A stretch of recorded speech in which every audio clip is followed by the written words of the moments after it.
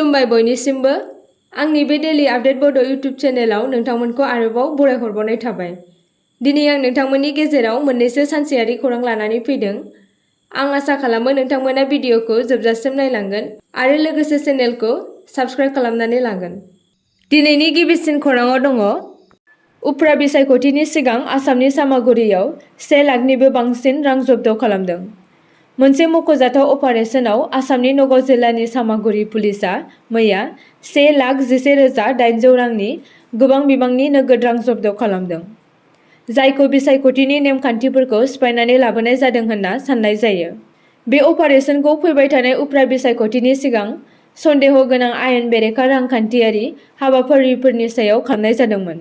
बे रांखौ रेबथुमनाय number AS01GB2663 गोनां गंसे गारियाव मोन्नाय जादोंमोन, जायखौ सरासनस्रा बिजिरनाय समाव हमनाय जादोंमोन। बे राङा भट होग्राफोरनो रानना होनो थाखाय लांनाय जादोंमोन होनना बिबानगिरिफोरा सन्देह खालामदों।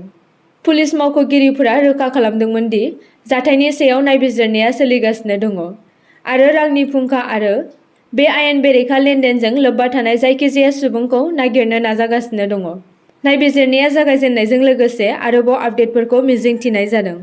बे दाननि गिबियाव भारतनि बिसायख'थि आय'गआ मावख'आरि महरै फोसावदोंमोन दि आसामाव मोनबा बिधानसभानि मासिफोरनि थाखाय उफ्रा बिसायख'थिया 13 नबेम्बराव जागोन, जायनि फिथाइया 23 नबेम्बराव जागोन होनना साननाय जादों।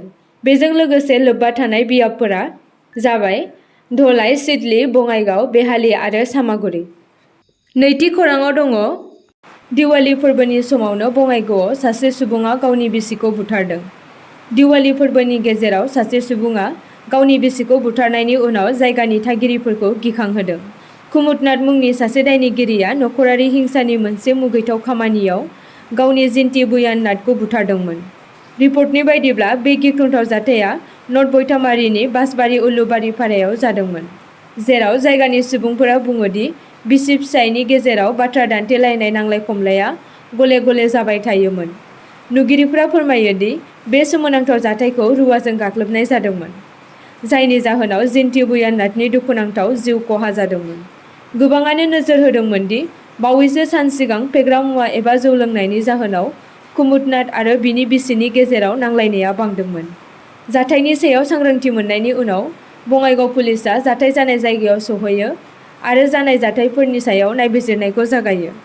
जेब्लानो बिबानगिरिफोरा फोरमान नागिरदोंमोन आरो गिबि नायबिजिरनायखौ खालामदोंमोन, बिसोरो मिन्थिनो मोनो दि दायनिगिरि कुमुदनाथआ जाथाय जानाय जायगानिफ्राय खारखोमानानै दङ।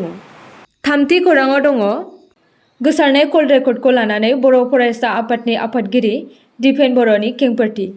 दासान्दि ससियेल मिडियायाव गोसारनाय कल रेकर्डनि सायाव दुलाराय बर' फरायसा आफादनि आफादगिरि दिपेन बर'आ ससियेल मिडियानि गेजेरजों बे बाथ्राखौ लानानै माखासे रोखा बाथ्रा फोसावदों।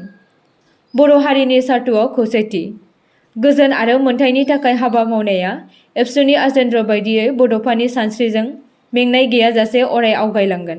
नाथाय असान्ति, हिंसा आरो अगनथाथिन्द्र हाबा आरो थासारिनि हेंथायै जुजिनाया साफ्रोम एबसु मावथि हान्जानि बिबान, आरो बियो सोलिबाय थागोन। जाय एडिटरआ कल रेकर्ड खालामदों इलिगेलि आरो बेखौ सोरबा थामथि सुबुङा हेक खालामदों, डाटाखौ खावनानै लांदों आरो एडिट खालामनानै राजखान्थि हान्जानि हाथियार हिसाबै बाहायदों आरो बिनि सायाव आयेनारि एक्शन जागोन। बिथाङा हायाव, अख्राङाव, पातालाव जेरावखि थाया मानो बिनि मुंखौ खुलिनाया गोनांथि दङ। एबसुनि दैदेनगिरिया सोरखौबा इन्स्टिगेट खालामनाय बाथ्रा गैया। एडिटरआ जेब्ला आंखौ सोंथि खालामो अब्ला आंनियाव लास्लायस्लाय जायफोरा हाथियार सोमावसारनायखौ नागारनानै गोजोन गोरोबथायाव बाहागो लाबाय, सान्थि फैदोंना फैयाखै बिनियाव सोंनानै रिप्लाइ ला बेखौसो फोरमायदों।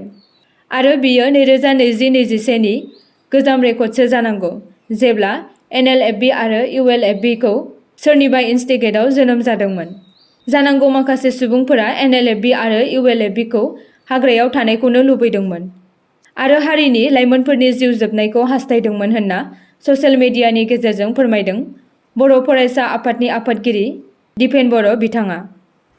ब्रैथि खौराङाव दङ दिवालीनि फालिथायनि गेजेराव सिलचरनि जानिरासआव खुननि गुदामाव गिख्रंथाव अर खामदों। जायगानि सुलुंनिफ्राय मिन्थिनो मोननाय बायदिब्ला आसामनि सिलचराव दिवालीनि मोनायाव मोनसे गिदिर अर खामदों, जायनि जाहोनाव जानिराजनि मोनसे खुननि गुदामा खामनानै हांगार जाजोबदोंमोन। फोथायनाय जायोदि बे अरा गावनाय बमा पटकाफोरनिफ्राय जादों। गुदामनि गेजेरजों गोख्रैयै अरा गोसारनानै गासै खुननि गुदामा खामजोबदोंमोन, जाय रोजा सुबुं अनजिमा थानाय ओनसोलाव गिनाय सोमजिहोदोंमोन। जिल्ला नाङैनो अर खोमोरग्रा हान्जाफोरखौ हरखाबै अर खामनायजों जुजिनो थाखाय जाथाय जानाय जायगायाव दैथायहरनाय जादोंमोन। बिसोरनि गोख्रै राहा लासेयावबो अरनि गोख्रैथिया मख'जाथाव जेंनाफोर सोमजिहोदोंमोन।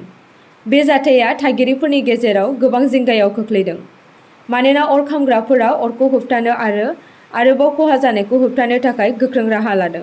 अर खामनायनि जाहोनखौ नायबिजिरनाया दा सोलिगासिनो दङ, नाथाय गिबि रिपर्टफोरा दिवाली फोरबोजों मोनसे जाथावना सोमोन्दो दं होनना फोरमायो। बाथि खौराङाव दङ गारि सालायगिरिफोरनि थाखाय मोनसे गिदिर खौरां। गारि सालायनायाव एसे गोरोन्थि जाब्लानो नोंथाङा जुरिमाना होनो नांगोन। गारि सालायगिरिफोरा गारिखौ गोबां गोख्रैथिजों सालायोब्ला 2000 रां जुरिमाना होनो नांगोन, आरो हेलमेट गैयालासे नोंथाङा बाइक एबा स्कुटिखौ सालायोब्ला 1000 रां जुरिमाना होनायजों लोगोसे लाइसेन्सखौ केन्सेल खालामना होनाय जागोन। आरो लाइसेन्स गैयालासे गारि सालायोब्ला 5000 रां जुरिमाना होनो नांगोन। कार सालायनायाव सीट बेल्ट गानालासे कार सालायोब्ला 1000 रां जुरिमाना होनो नांगोन।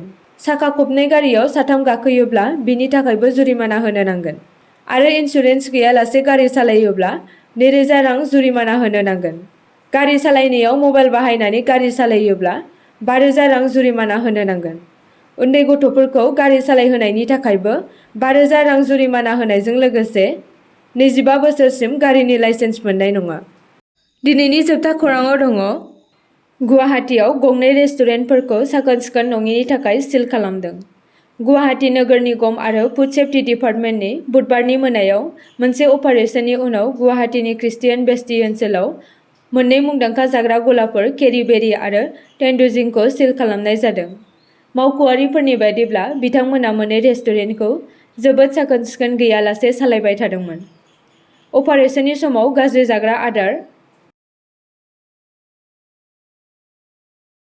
आरो गाज्रि दाखोर-दाला सामलायनायनिफ्राय लानानै ओंखाम संग्रानि गाज्रि थासारिसिम नुनो मोननाय जादोंमोन।